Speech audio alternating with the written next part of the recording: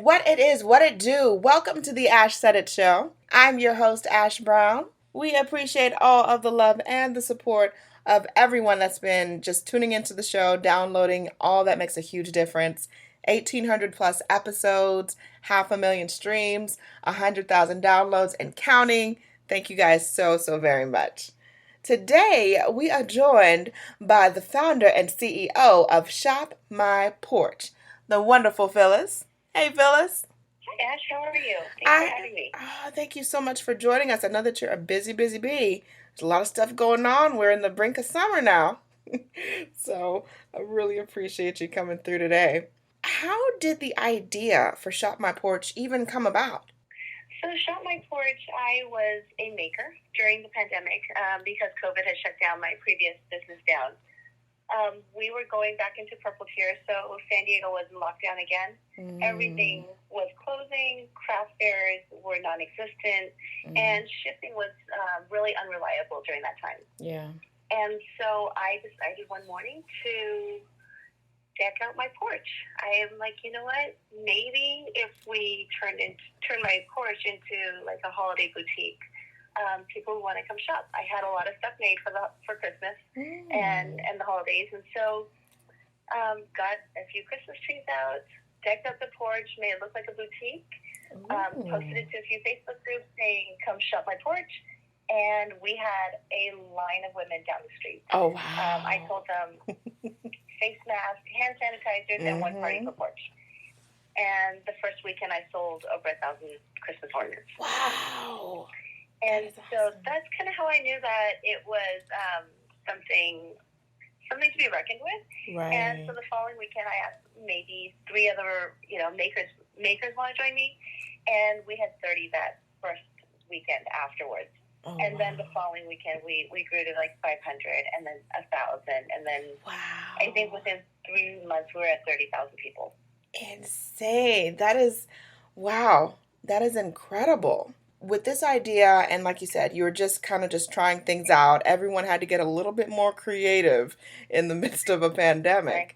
So for you, what was the first major challenge after things started to pick up for you? So after that, our main challenge was to really get our own platform, because when you start off with a Facebook group, first, you don't own that platform. Right. You don't own the users. You don't own any of the technology that you are putting into it. So you can prove a method in the Facebook group, but you don't own any of that. Right. And as time went on, people would post things that are, trademark infringed. And we would get flagged. Our group would get flagged, and literally Facebook could shut our group down at any moment. So we knew that we had to start our own group. There were also a lot of scams. And with scams, we had shoppers that would say, "Oh, well, what are you going to do about it?" I said, "There's nothing we can do. This is a free Facebook group. It's really, buy at your own risk." And so that's really the turning point when we got a lot of scams going on, and we had a lot of copyright complaints. That's when we really knew that we had to hasten the creation of our own platform. Right. What kind of products do you guys actually showcase nowadays? We showcase everything. So we really build up communities. We really focus on commerce on a hyper-local platform. We are the only social commerce platform that connects makers with shoppers in local neighborhoods. So we have everybody from charcuterie board makers, cupcake decorators, cake bakers, to heavy furniture, florists, that all these people that are typically excluded from other platforms because they cannot ship, they are also included on our platform. Do you guys keep tab of how many different makers or creators are in the platform? We do. We do have total count of how many makers we have. Gotcha. And do you keep a cap on that, or is that kind of like an open thing, just anyone that, possibly may want to be a part of the community? Oh, anyone. We are fully inclusive. Just all you have to do is just go to our website or our app, Click sign up. It's like a 2-minute process to sign up, and you can start selling for free. Oh. It's free to list your product, so we make it completely risk-free for our makers. For Shop My Porch, Father's Day is coming up in a few weeks, Phyllis. People are scrummaging to try to figure out what to get for Dad. I would say Shop My Porch is probably a good option for them to check out for some gifts, right? It's great because what we have is our Hunting For. Hunting For is a feature unique only to us. What it does is allows you to say, oh, my dad is into fishing. He's also a grandpa.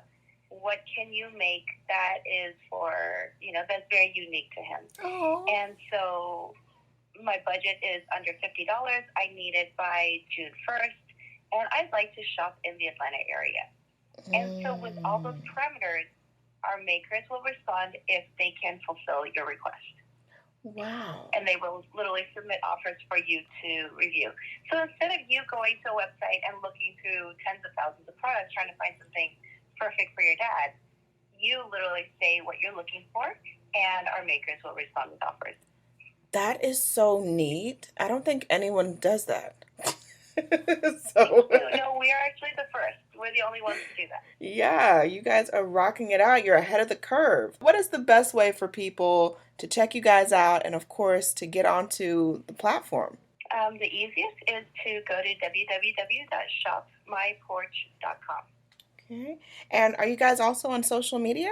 We are. All of our handles are Shop My Porch. Shop My Porch.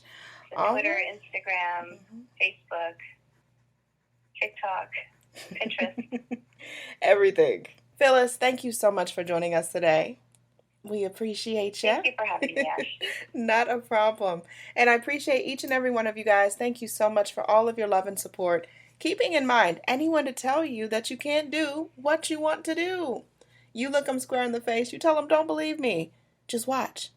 Watch what I do. Watch me make it happen. Watch me make history. That's what we're doing this for, the history books. Social media is nice, but real life is so much better. Until next time, you guys.